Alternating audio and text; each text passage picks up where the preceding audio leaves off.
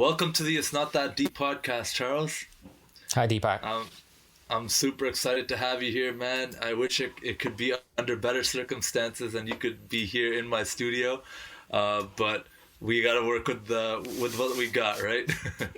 Stay healthy. Exactly. Stay healthy and keep your social distance, right? Exactly. Before we dive in, I'm going to give the people a little bit of an intro about you, who you are. You're first and foremost an audio creative mastermind. You're a seasoned voiceover artist who's done work for Canadian household names such as Telus, Scotiabank, CBC Radio, and HomeSense, just to name a few. You're an advertising strategist and the founder and CEO of Air Traffic Media, a global digital marketing agency built for streaming audio ad platforms. Now, that's like just a portion of some of the really cool, amazing things you've done and are currently doing. So really excited to have you here, man. Likewise. Thank you for the intro. Lovely. No, 100%, man. Like, I'm so glad that I've met you because, I've never found that I'm that great at all things audio, but you're kind of on the other edge of that sword. You're passionate about it from a young age. You know everything about audio. You were always exploring it, and you have a very interesting story that kind of led you to creating Air Traffic Media and doing all the things that you do today. Why don't we give the people a little bit of a backstory on what that story is, and when was it first that you knew that audio is something that fascinates you? For as far as I can remember, music and audio has always been part of my life. So for as far as I can recall, I do remember myself playing on a little toy piano when I was really, really young. And one thing led to another. My parents bought me an electronic keyboard and then a tape audio recorder. For some of you that knows what that is, an audio cassette that you plug in a small a tape recorder that I would use with a microphone to record my younger brother that was quite young at the time. But I was always experimenting with all these.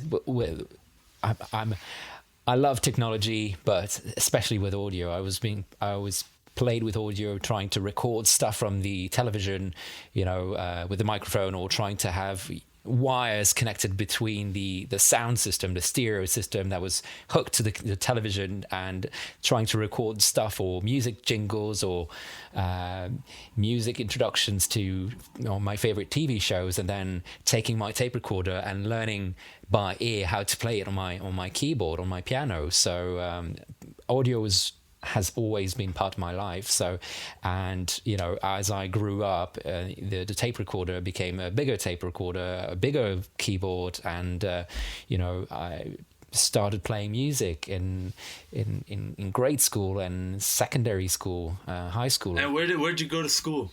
I was in Quebec City, in Quebec. So grew up there until the age of I've been there pretty much all my life until I joined the Canadian Forces, and then I was posted in various locations, predominantly in Quebec City, but started moving about in the country when I joined. I transferred to the Air Force as an officer, as a pilot student, and. But yeah, music has always been there. I did my degree in music and never really stopped playing instruments except lately because the business has taken over most of my free time now. So still a member of the Canadian Forces, but still very interested in growing this business, this new business that I created. Voiceover only a few years ago that I started doing more of that, 2016, which is almost 2015, so only a year after I moved to Ottawa from Quebec City. And I started experimenting with microphones in my home and a pile of blankets and good gear, and you can work from home now. And it seems strange back then, but now it's kind of the new normal. But hopefully for not very long. But it's not a big changed for me in terms of working from home. That and I'm very lucky. I understand that some entrepreneurs don't have that luxury, and my thoughts are with them.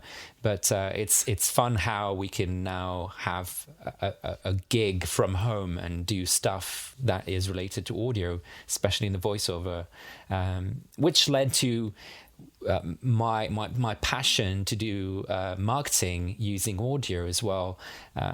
And out of frustration from not booking enough voiceover gigs, I was also interested in the marketing aspect and the advertising aspect, and which goes back to a couple of years ago when Spotify, which is a service that I'm using, was as a free member, you hear advertising, obviously, and it's not the only platform that does that. You know, it's also on TuneIn, on iHeartRadio. You hear advertising over there as well. So I was trying to combine both of my passions for voiceover. I'm saying, well, okay, maybe there's these voices have been recorded somewhere. So instead of just providing one service and saying business ABC is my target audience or my target, base of clients who are only purchasing voiceover, why not expand that range and say, well, I'm no longer only serving e-learning companies or advertising agencies that are looking for voiceover artists to record some advertising. Now I'm doing everything. I'm also the advertising agency. I'm also the creative behind the advertising itself. So I guess, and then there was this door opening from Spotify saying now we can let agencies do their own buying of media. So that's what I do. So it's a full service where you can, any company or any brand can come to me and my team, and we build a full solution for them from the marketing aspect. Is it relevant for what the type of business? We do consulting, we do the ad creative, we do the media spend, the media buy on Spotify, and we measure results. So in a nutshell, that's what gave birth to Air Traffic Media. That's really interesting, man. Your story is incredible, and there's a lot to unpack there. From being young and being just obsessed with all things audio to then like military. Where did that even come from? We have a lot to kind of dive in before we even talk Air Traffic Media, but I do love everything about what's built up to you creating that company, and I could tell just how passionate you are about audio. We're gonna get into all that, but let's just slow things down and take it one step back and kind of give people the whole rundown of what your involvement was in the armed forces and your story from there. Sure.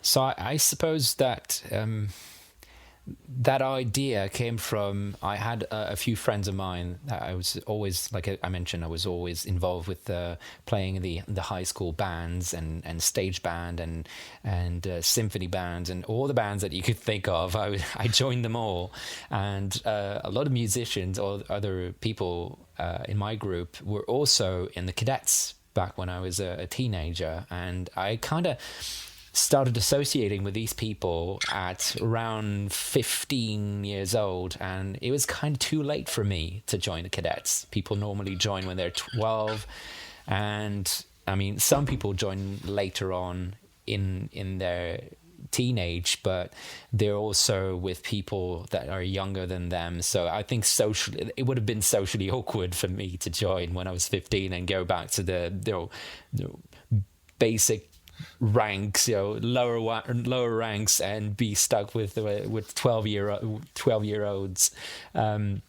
So it was not a good social decision to do back then for numerous reasons. So I thought I kind of postponed that idea.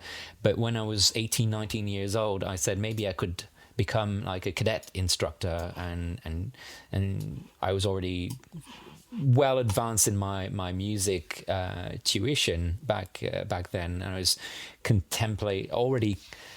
contemplating continuing my music studies in college and university at the time. So I was, everything was music related in my life. So the idea to join the military was given to me by one of my friends that was in cadets back then, and say maybe you could be like a music instructor for the cadets. So instead of doing that, I joined the Naval Reserve in Quebec City. Initially I wanted to be a director of music. So you're 19 years old and you already want to be not join as a musician, but I was interested in conducting back then. So I wanted to join as a conductor, but the recruiting office said to me, well, you know what, there's only one director of music for the military band here at the unit. So you might be waiting for that position for 10 or 15 years. Who knows when the current conductor will take will be retired. So, but if you want to join the Navy, we have plenty of space if you want to be a maritime surface operations officer. And so essentially those who eventually become the captain of warships. So I said, yeah, sure, I need a summer job. I'm 19 years old, and there's a strong appeal for me to go away from home for the first time for 3 months or 4 months at the time, and go do my recruit course in Victoria, BC. So that was already very interesting for me. So I joined, served as a maritime surface operations officer for 3 years, and then came the opportunity to become a director of music because the conductor was retiring. So that's when I joined the military as a music director. A couple of years later, I finished my degree in music, and like many people finishing their degree in music, if they're not teachers, then what? What now? What now? So I was already in Quebec City, where the headquarters to the Naval Reserve is. So I said maybe there's a full-time job for me there, not necessarily a musician, but maybe as a administration officer. And that's what I did for a couple of years. So I was offered a job doing numerous staff officer positions for grievance, for policy review and everything. And then came the passion of flying aircraft. Mm-hmm. Can you hear that noise? Yeah, I do hear it. Stupid cats. I'll be right back. All good, man. All good.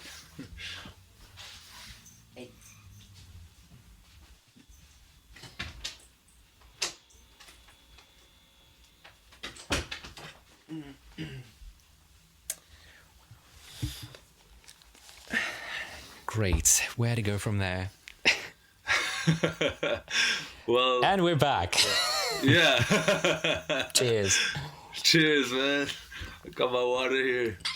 But yeah. What was I saying? Flying. Yeah. So, we'll just dive right back in. But yeah, so you were just kind of talking about, then how that led you into wanting to get into aviation. Right.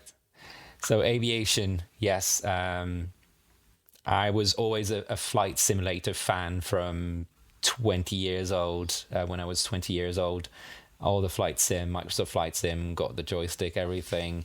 Just one of my hobbies, really. And in 2005, one of my best friends started flying with the objective to become an airline pilot. And I said, that's pretty wicked. And I kind of, at 25 years old, and you're making, 4 times the salary that people are doing when they get out of the university at 25 years old or younger, you're building considerable wealth already, and you don't know how to spend that money. So I started flying myself. So I did my private pilot license, and which eventually led me to do all the commercial pilot license, ground school and flying. So I was building my time. Let me just hold you right there. So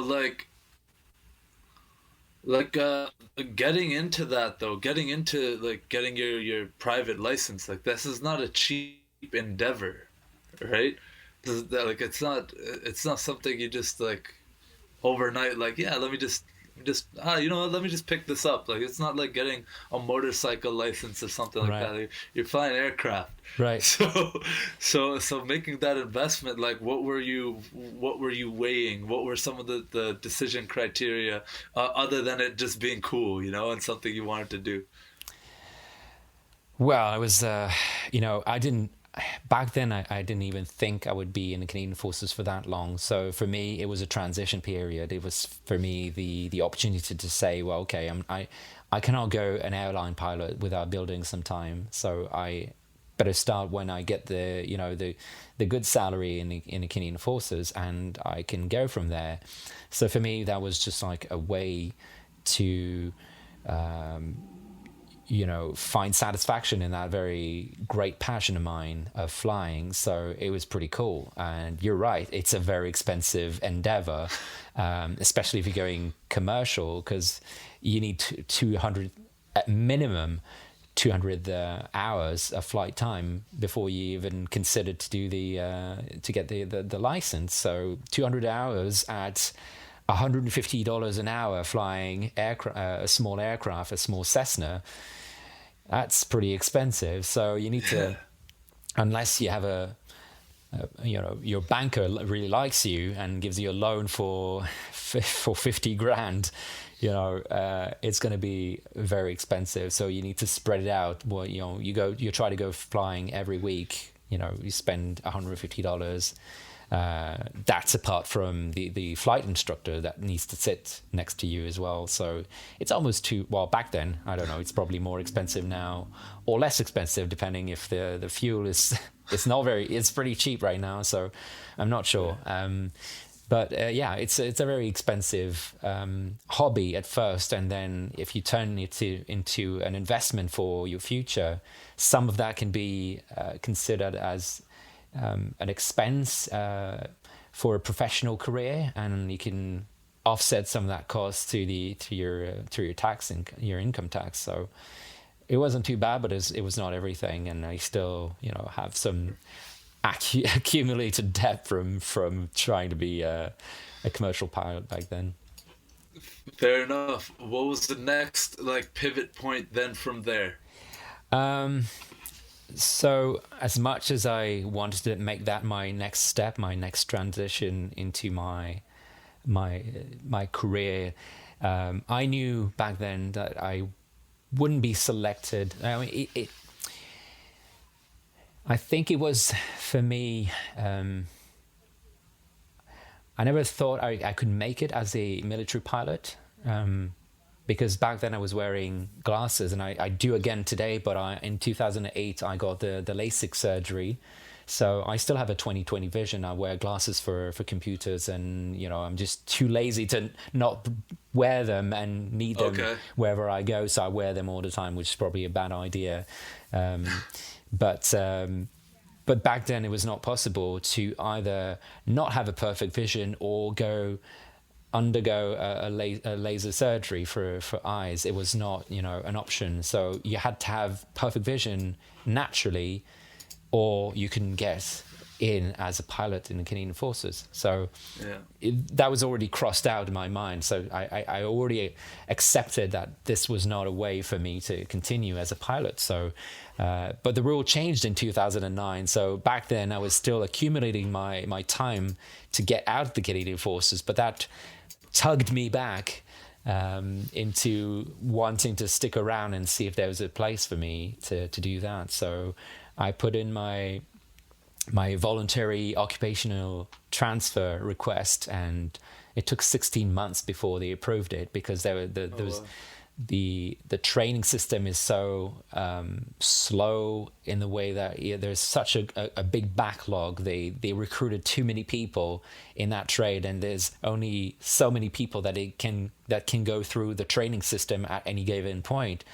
And it's not like a course that you can follow in a school, sitting on yes, there's ground school, but there's also flying involved, and not every day is a good day to fly, unfortunately, and they're not going to send you up there if there's a snowstorm. Right. No, it's incredible. And what's like kind of blowing my mind about all this is that all these different pursuits and different parts of your journey don't seem all that related. They seem kind of like, a musician, a conductor, I want to fly planes. Work for the military. They don't seem connected, but as we know, they are all very connected, and it has led you to creating air traffic media. Right. Now let's dive in a little bit further. First, even before that, what kind of then led you into the voiceover world? Because that's another door that you then opened, and it's like, oh, cool, yeah, I've got a British voice that people here in Canada really like, and I can use this to what was the I guess what I'm really trying to ask was, what was the catalyst to be like, you know what, I could do voiceover now too? There's a thing we call in the military called being voluntold to do something. So in absence of volunteers, people, your senior officer will say, you do that. So you're being voluntold to do that. And back in 2008 and 9 is when I was in Valcartier, Quebec. I was doing that's before the Air Force time, so I was in the public affairs department. It's back in the Afghanistan war years when we had troops abroad, and I was hired as a public affairs officer. I was the assistant to the public affairs officer on the base, because there was also a lot of media requests and we were quite busy. And there were a few ceremonies as well for change of commands, for example. That's usually a very big military gathering, and I was voluntold to be the master of ceremony one time, and because I do have perfect fluency in both languages, except for the very annoying British accents when I speak English, but I have essentially no accent when I speak French either. So they said, well, you're a good fit for that kind of job, so we'll use you as a master of ceremony. Here's your script, good luck. And at the time I was I'm a bit of an introvert by nature. It doesn't come across when I'm on an interview. I can pretend that I'm not an introvert, but being in front of a crowd, maybe that's being a musician and being on stage so often. You build immunity towards that kind of stress to be on a stage. Right. So, but now you're all alone, right? You've got the podium, you've got the dais, you're on the dais with the microphone, and you just read a script. So fortunately enough, that was all scripted, so I didn't have to improvise or anything, because that would have been quite tragic. So from the years, and I was always known as the guy that can do voiceover and being MC for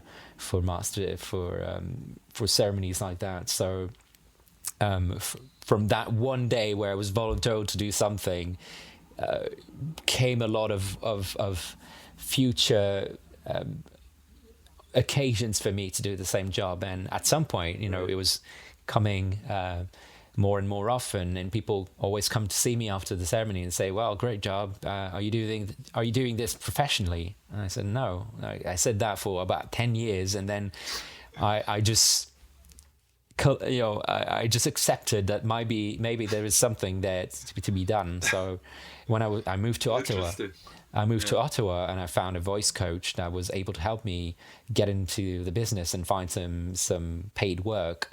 So I went through the whole course, 14 weeks, 3 hours per week. So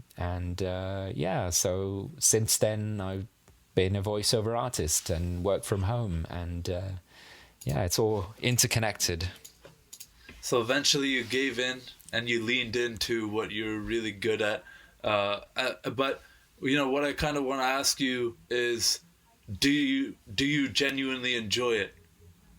The voiceover part, or I do Just actually. the voiceover. Yeah. Um, the, it's such an interesting workflow is not the right term. It's such a it's The process, maybe. the process, the client seeking portion, you know. It's such a diverse ecosystem. You can find work pretty much everywhere, and there are platforms that you can pay for online to just find work more easily. But you still need to audition for these gigs, and you might not be selected. So you're paying $400 per year to be part of that platform. Maybe it increases your chance to. You don't need to market yourself. You don't need a website. You can just connect and audition. And if you're good, you're getting selected. But when there's 45 other candidates for that same gig, to make $100, it's an interesting kind of concept to try to get some work from these websites. It will work at some point, and it's a numbers game. I auditioned 255 auditions before I got my first job on that platform, and Wow. and it's fine. I mean, along the way, I was learning how to love the process of finding a script. For me, it was a learning experience, I was not doing it for the money. I was doing it because I was genuinely enjoying it, going in my studio, recording a voiceover, sending the audition, and obviously I got better at doing it. So eventually I got hired more often, and these clients were coming back to me and say, we really like what you did the last time. So instead of going through the portal again to hire more people or a different voice, that guy I want for my next project. So I was getting emails instead. So that's how I built my client base, by just doing a good job on the first auditions, and then they call you back. Yeah. That's really powerful what you just mentioned, right? Because it's a lot of what people don't want to. A lot of people these days don't want to come to terms with the fact that it is very much a process, and you have to enjoy that process, before you can reap any rewards or benefit. For the most part, I mean, you could have gotten lucky, and someone could have picked you out of a hat, and hey, we like this guy's voice. Here's this contract for this dream job, but that doesn't really happen. You mentioned 255 auditions. I bet most people, you walk down the street, most people who are even, say they're interested in voiceover, or, they're hearing this interview right now and they're like, you know what, voiceover, people have told me I have a good voice. Like, why don't I go do this? They may not be willing to do the 255, rejections, if you will, or like not successes before seeing anything. And so that's something to be proud of, man. That's something to be like, you actually, it's like what Gary Vee and a lot of these people preach so much. It's like, trust the process, like, fall in love with the process, and you will reap the rewards. Exactly. So that's really cool, man. And at some point, you don't need to work to get that that client base, because they're still with you, and that initial investment of being on that platform paid off many years later, and still pays to this day. I still have clients that I found on these platforms that are still hiring me for voiceover work, for e-learning, for companies like Honda, or like you mentioned, Telus or Kudo, or all the big banks in Canada. They do all the e-learning stuff, and it's even more relevant these days because people don't go in class. They So e-learning is a good market right now. It's blooming and it's booming. That's so powerful, man, because it's not to say that you're doing this for the money, but you'll never run out of opportunities while you still enjoy this space and while you're still doing this, because there will always be a need for what you're doing. And I find it so interesting because before I met you, I haven't given a single thought to the voiceover world and like that niche, that that space. It was just something that, maybe I'm like, oh, you know what? This person on this Telus ad or this thing, it's got a pretty good voice. That's about it. Right. That's maybe like the most I've ever thought about it in my life. But there's a whole world out there, and you mentioned you took the time and made the investment on your own to refine your skills, and get that speaking coach to learn the skills that you needed, because going from being voluntold and doing something kind of just off the cuff, kind of like the way I'm doing a podcast, is very different than somebody who gets the actual coaching and learns how to actually do the things. And oh yeah, I was doing this wrong. And you were mentioning one tip to me earlier about the breathing technique, and I'm sure this is something that you've just learned over the years, but why don't you share with people some like of the top techniques you've learned in this voiceover game that can just help this speech in general, even if it's not just for voiceover? Right. My gosh. Quite the ambush here. I was not prepared for that question. Yeah, it's not that deep, bro. I'm one of the worst voiceover artists. I don't do warm-ups. I know that's, I went through that course with Shelley Cohen in Ottawa, Vocal Dynamo. She's wonderful. She's got quite the technique down and everything, and all the almost the meditation before you go in the booth. And I know there's a virtue doing that, and being doing all the stretching, all the breathing exercise before you go in, and I just don't do them. Maybe that could be a tip. That could be a tip for someone. Don't overthink it. Just go in.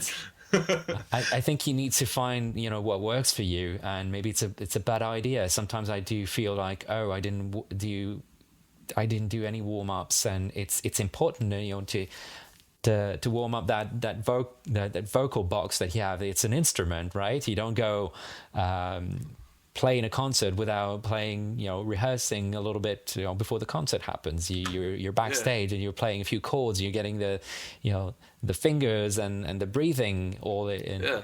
So you don't play a football game but without warming up and getting the blood flowing. Exactly. Yeah. Same kind of thing for voiceover, and maybe it's a terrible idea not to do all the warm-ups. And sometimes I do feel it, because when you're doing a 30-second commercial, that's one thing, but when you're doing an e-learning project and you have 2,500 words or 5,000 words to record in one day, that's going to take, that's quite a marathon, and you need proper warm-ups before you go. And because at the end you're quite ruined, your voice is destroyed, and it's painful. So without any proper warm-up techniques, then you're just going to suffer more, right? Because you weren't prepared for that, to put that strain on your. But Okay, well then, how about I ask you this then? What are some of the challenges that you do face with this kind of work? Because on paper it sounds like a dream gig for a lot of people. Hey, I get to work from home. Right. I'm just using my voice and just speaking into a microphone. Right. Yeah, it doesn't sound that hard. But why don't you tell us some of the challenges with it? I think initially, if you go back many years ago, the challenge was to, if that's something that you were contemplating as a career, you had to be an announcer. You had to work already in a radio station or a television station. That's what you needed to be. And then over the years, you saw the birth of agencies that were finding more talent to record more stuff with different kind of voices that would not be necessarily a radio announcer. And but they would still need to be called in these radio stations, because otherwise there was no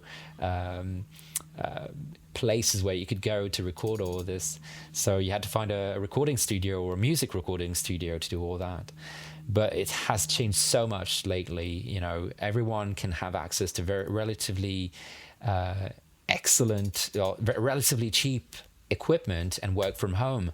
But that has, it's easier for you if you want to do it right now, because you've got all the equipment.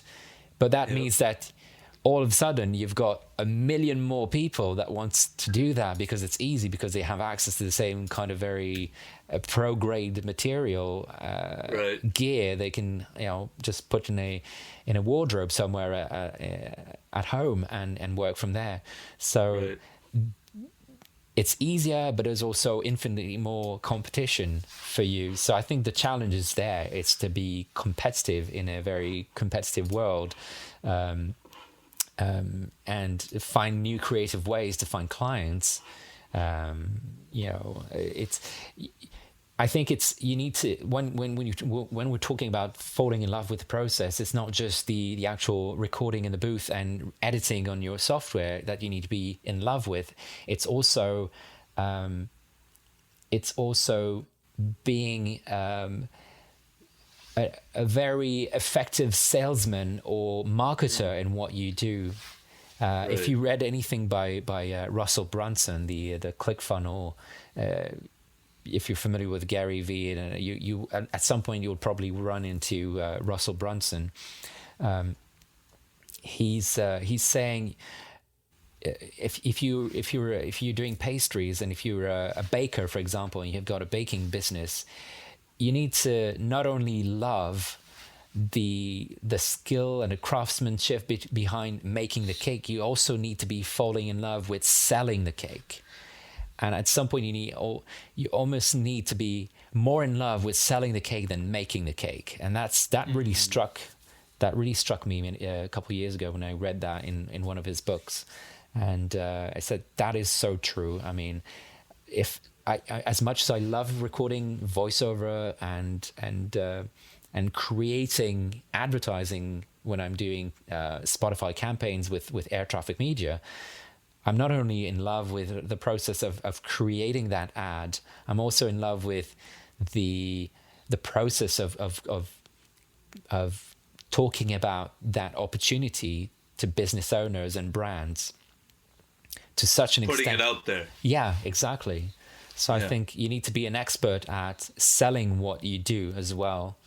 Right. Because otherwise... Because you could be a master at your craft, but it doesn't matter if no one knows about it. Exactly. Yeah, that's very true and very powerful, man. That's a great segue for us to actually then go into and talk a little bit about your passion as well for marketing and advertising. Where did this come from? Amidst all of these different things that you're doing, where did the interest spark? Was it always there? No, I think it's by accident, really. One day you're trying to think about, okay, I'm doing this really cool stuff now. How am I going to let people know about that? You're trying to find new ways to find a market for what you do and what you love, because gigs are not going to come to you automatically. So it's either you pay for a service where you can promote your services, or you do it on your own, and that's the long way, and that's the hard way. And I have a track record for liking to do things that are not easy. Being a conductor, being a military pilot, being an agency, a marketing and advertising agency owner. So I guess it was more being a freelancer as a voiceover artist led me to be more interested in clicking likes on things that was catching my eye when I was browsing through Facebook, and I saw, okay, there was this new thing called freelancing. It always existed, but it seems like to me all of a sudden I was more exposed to people who were doing that as copywriters, for example, people who are writing, assembling words that mean something to people that are being paid good money in a persuasive fashion that's actually going to increase sales for your company. Exactly. So I always kind of loved writing as well, not as a fiction writer, but trying to get the message across. So I always write way too long emails anyway, and but I mean, I always had this preoccupation is not the right word, but this internal voice that, probably because of my introvertedness, because I feel like I can communicate more information through writing and being more deliberate, putting the words together on a piece of paper or on an email, saying, well, I need to cover every possible questions that people might have, and that's exactly what long form copywriting is. You build, you've probably came across these web pages where you can scroll for about 120 page. The point is that they don't expect you to read everything, but every 2 pages you got a button that says, okay, you can click that and purchase that product right now. Why is that? Why is it that way? Because they know that the second you got enough information to make your purchasing decision, you're going to click that button, which is going to lead you to the checkout page. So yeah, man, I'm thinking of so many times that's gotten me. Right. And this is I know this stuff. Yeah. And it's gotten me where it's like there's something in particular I want. This is positioned in a way where it's hitting all the things I want. I didn't even read all the copy. I'm like, boom, sign me up. Right. Take my credit card information. Let's go. Let's get this thing going. And that's one way you can see the copy funnel, is that, if you always start with the elements that will make people, the greatest number of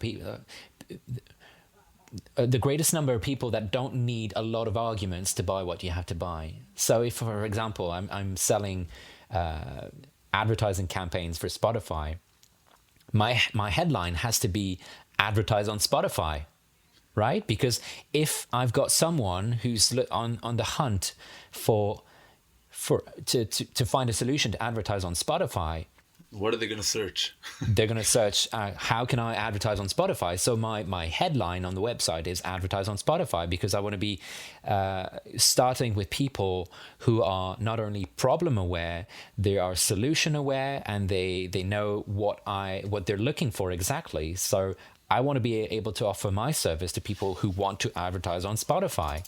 But for those who need more information before they can get going, how much it costs, how much time does it take? Can you do the ad yourself? Yeah, I'm going to funnel down this information, and then at some point, you're only left with people who needs to have a lot of information on how it worked for other campaigns. I need case studies. So that's when you at the bottom of your pages, that's when you start to integrate other people's stories and say, well, right, it worked well for these people.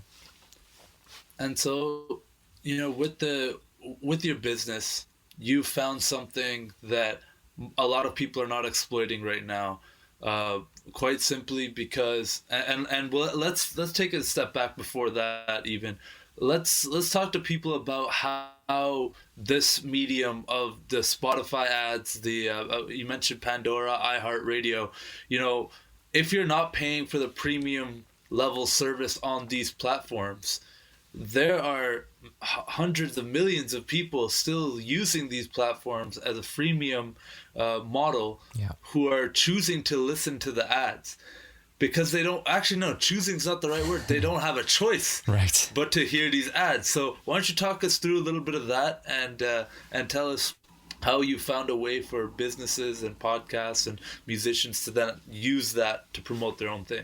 So initially, I was listening to my content, my music content on Spotify, and now more and more I'm using it for my heavy podcast consumption habits. But initially, and I'm still using both the free and the paid version for many reasons, because I want to be understanding what the market is doing and what kind of advertising is being, how Spotify is using advertising. And how other businesses are using advertising on Spotify. But yeah, you're correct. So Spotify, Pandora, iHeartRadio, TuneIn, SoundCloud, all these platforms have a paid subscription version where you get rid of the ads, or you stay there for free, and you're exposed to advertising. Right. Which seems to be annoying some people, but I mean, if you're annoyed and you don't want to pay for it, there's a problem there.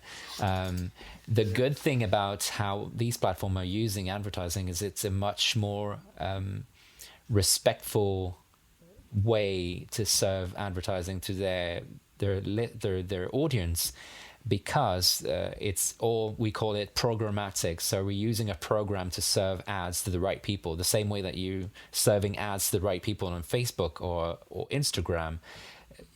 Your advertising experience on Spotify is going to be way different than mine, because you live in a different city than I am. You're not necessarily in the same age group that I am. Your interests are not the same as well. The music that you listen to is not. So Spotify is gathering all of this anonymous data on each user, and it uses that to serve ads that are more relevant to you. So they opened up the platform, the advertising platform. It used to be only big brands, so unless you had 50 grand to put on an advertising campaign, and your name was McDonald's or Acura or Starbucks or an airline, they didn't want to talk to you. So initially it was that, but there was that pivot point where not only I was hearing Spotify advertising for their own, like, subscribe to premium kind of advertising, it was also local businesses. So all of a sudden I was hearing not just McDonald's and Starbucks, I was hearing a local bike shop that was advertising. So I was like, okay, something has changed now. Something is more accessible for local businesses. So I started investigating that, and that was at the same time that I was getting more interested in copywriting and advertising and marketing. And so I started digging that to another level, and I got in touch with Spotify and said, yeah, you can do, we have a beta launching, and you can do all, you can use that platform to advertise on Spotify now. So you can choose what your message is, you can upload your audio ad yourself. It's a DIY kind of platform that you can use the same way you're doing that on Facebook if you want to, or you can hire an agency that does that for you. So I said, well, okay, that's an opportunity for me to push that and try to find companies and businesses that might benefit from this platform to advertise. And still to this day, it's a very underused and overlooked platform, because it's such an intimate experience. It's such an intimate space where people don't talk about Spotify on a daily basis. It's very unique to you. You build your own playlist. You build your own. It's a very I cannot find a better way to say it. It's a very intimate channel. Right. It's personalized. People don't talk about Spotify. They talk about Facebook. They talk about funny dog videos, and they share, but you can't really share anything organically on Spotify. You can add friends and you can see what they're listening to, but that's pretty much it. And it's still you're still very removed from the social component when you're on Spotify, and that's probably why companies are not thinking about advertising there. But there's a tremendous opportunity, and it's very, very cheap at the moment, but no one does it. But that's where you found an amazing gap in the market, man. People are not exploiting this. I've never even heard of it before. I mean, I knew about the ads, but I was just on the consuming end, just like, well, I don't care. But what you don't realize is you have to listen to it. So you're subtly being programmed to potentially even become a customer for this product.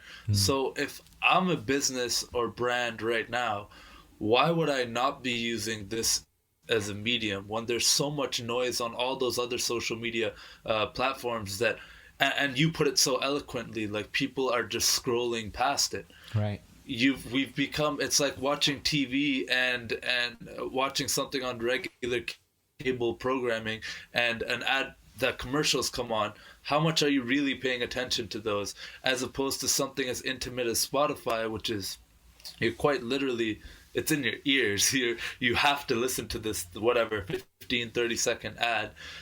And you know, oh yeah, well, you know what, I might actually, I actually kind of did need this product. Right. Or you know what, that's it's crazy. How did they know that I needed this? Yeah. You know, I might actually buy this product or try this service. And then, you know, what blew my mind about your whole service is, you know, you're able to get it down to like very nitty gritty demographic information. So if you're a business in Ottawa, I think you said a donut shop, for example, or something like that. Right. You know, you're able to target consumers on a very pinpointed basis to make sure that your ads are not only you know, hitting the people you want to, but are efficient at doing that.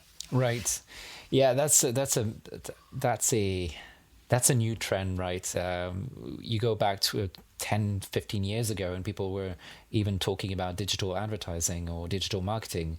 It came about with with Facebook and Instagram and Google, where you're more efficient at serving the right ad to the right people because you have data to back it up, and you say, well, okay, I'm not going to serve this ad to someone who's not relevant to my campaign.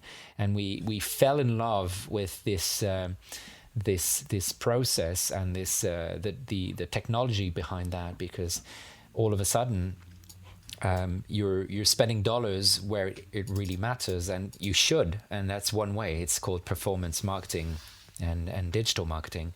But this space is getting more crowded. You mentioned it, to such a point where I cannot remember any ads that I've seen on Facebook today, and it doesn't have the same long-lasting impression. Right. Just because the nature of again, because I scrolled 300 feet of timeline on Facebook every day, and I've become more immune to the ads that I see there. It's blending in and it's noisy, and I see everything, and that is not necessarily related to that. But with Spotify advertising, your ad is there for 30 seconds and people cannot skip it. Like, you watch 5 seconds on YouTube, then you can skip the ad. Same for Facebook. It can be a fraction of a second, and Facebook is still going to charge you that 3 or 4 cents, or sometimes when people start clicking, then it's $2.50, it's $5, it's $10 on Google, because you're so targeted to the right people that you want to have, that it's an auction, and Google says, well, I'm going to charge you $10 because your competitor is offering 8, but if the competitor is offering 15 for that same spot, Google wants to make money, Facebook wants to make money, so the price is going up, as you know, it's getting up and up. And one thing that's unique about that is you're almost democratizing it, and a company like Spotify is basically allowing businesses with a very little investment, quite frankly, to get to actually be up there with the big guys and command some of that real estate. And so that's a very powerful thing. And, you know, I'm excited to use your service. Like, I'm very excited to use it for podcasting. And I think a lot of people out there should be using it as well. And, you know, another thing that, you know, this has kind of led me, you know, to think more about as a podcaster, as someone who, you know, by no means am I anywhere near the expert you are in your space, but as someone who has been podcasting for almost a year now, you know, experiencing the power of, you know, as a consumer, I listen to a lot of podcasts, and having the endorsement of a host talk about a product or something that they care about means so much more to me than just some random, you know, I'm trying to look for the right word for it, but just boring, plain ad that has no personality, has no connection, no intimacy. You know, what's going to work more? And I could tell you, I have bought products, I've used discount codes, I have identified a lot more with things that I hear on a podcast with somebody I trust. And so I think we're just seeing the beginning of that being actually actually, utilized. Right. You're absolutely right, because a podcast is a very interesting animal, because you're building a relationship, a one-way relationship with a host usually. And if you're there for quite some time, that person almost becomes your friend. Whether it's funny because it's only one way, but you're building trust with that person. You're building rapport. It's a one-way rapport, but it's still if you're allocating so much time in a week to listen to podcasts, so it becomes almost a ritual. Then automatically you're giving that person not only your time but your trust as well. So when they say, right, I've tried this product, there's this instant vetting process, that is the validation. Okay. You said, yeah, exactly. That is happening, where you don't need to be researching if you're listening to a photography podcast and they recommend that lens, guess what? You're going to go for that lens. So hell yeah. So it's like your buddy telling you, hey, exactly. Why don't you check this thing out? You're way more likely to check it out than if some absolute stranger does. And I'm sure we could sit here and just talk about just that right there for hours, but there's one thing I slightly disagree with what you said. I don't think the podcast listener relationship has to be one way. I do think that it can be even taken one step further, and a lot of people are now I don't want to use the word exploiting, but utilizing that to actually build a two-way relationship with their fans. And so, this doesn't apply to somebody like Joe Rogan, who's got, something like 200 million downloads a month. It would be physically impossible for him to reach out and connect with his fans on a one-by-one basis. But for a lot of the smaller podcast creators, people like myself who are just putting out content, at the very beginning of their podcasting journey, it's way more valuable to treat every listener and every person as a potential friend almost, and like, hey, welcome to the It's Not That Deep podcast. You've given me this, however long we've been recording, almost an hour now. You've given me this hour of your time. What can I give you? Like, what can I give you back, or what do you want to then give me? It doesn't have to be, I'd hate to put it in a way where it's like that transactional. It doesn't have to be a gross thing, but it's just like we're exchanging ideas, if nothing else. So if you reach out to me, it can be through any medium, a tweet, an email, if you're a closer friend of mine and you have my cell phone number and you text me, I love that part on Charles' podcast where you're talking about a two-way relationship. That's real. That's very much a real connection. And that's something that, in the world we're living in today, where, I can't come to your apartment, you can't come to mine right now. We're still very much connecting. We're still very much creating content and putting something out for the world. And, it excites me that we're just at the very beginning stages of figuring these mediums out. Right. But how many people are going to listen to podcasts that are never going to interact with you whatsoever? A lot. Yeah, that's what I meant. I mean, I'm the interviewee today, and I'm very glad to be on this end of the podcast.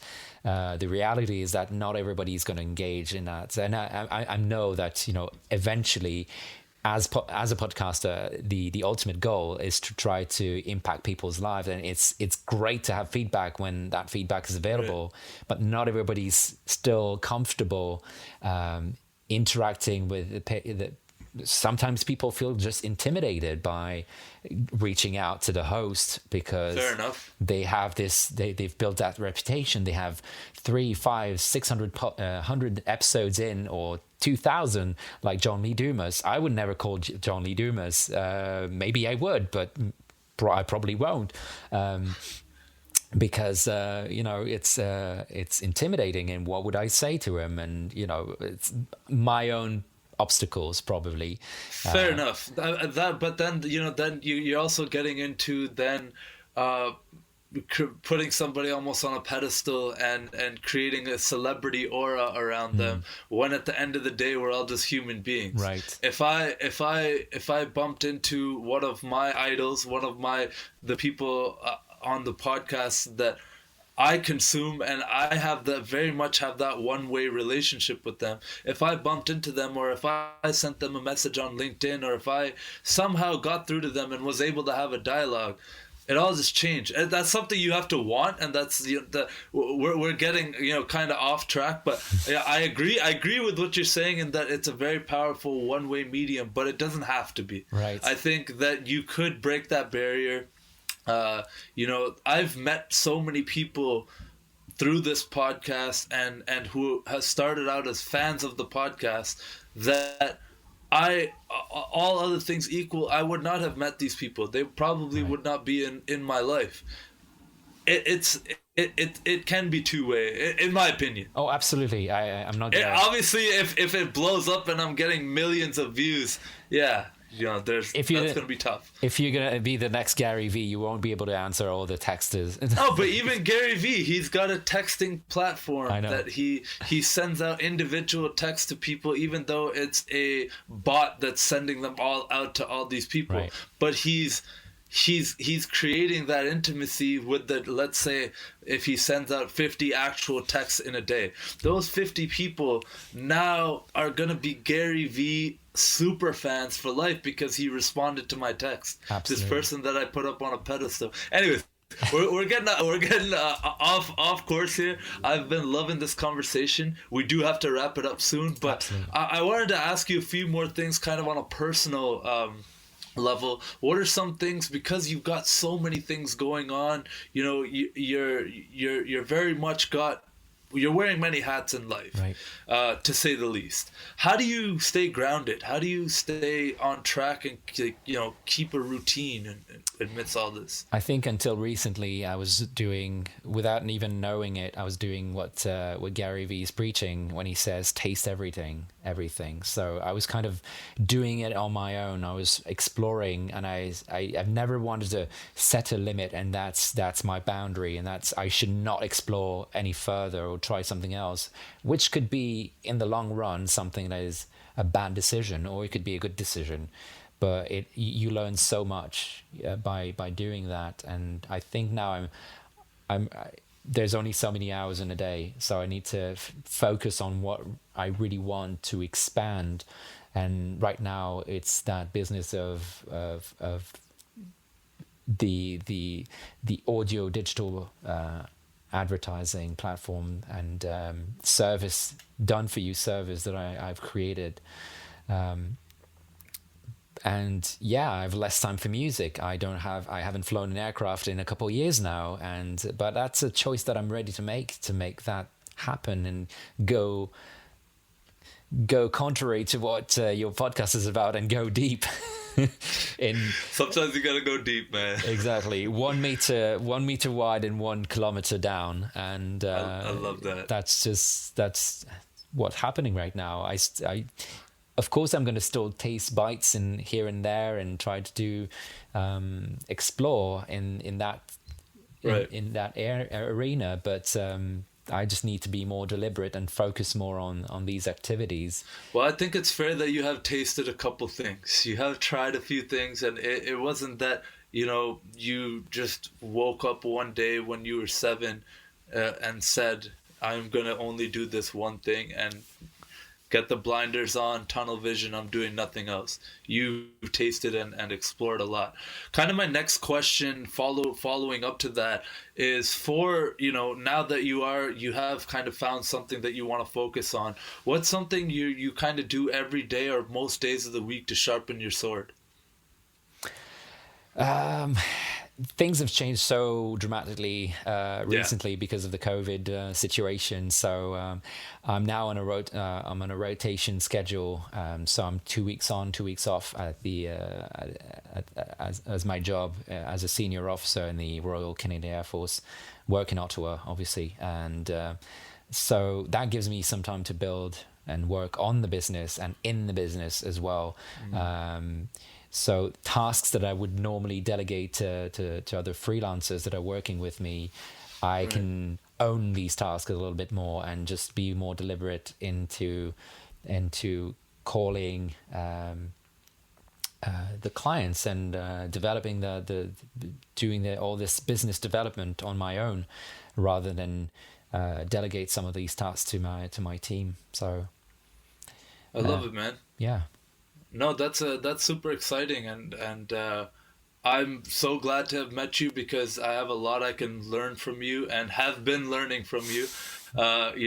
You've taught me some very valuable things already in the couple months we've known each other. I've learned so much just from our chats, just from you taking the time to for people who are listening.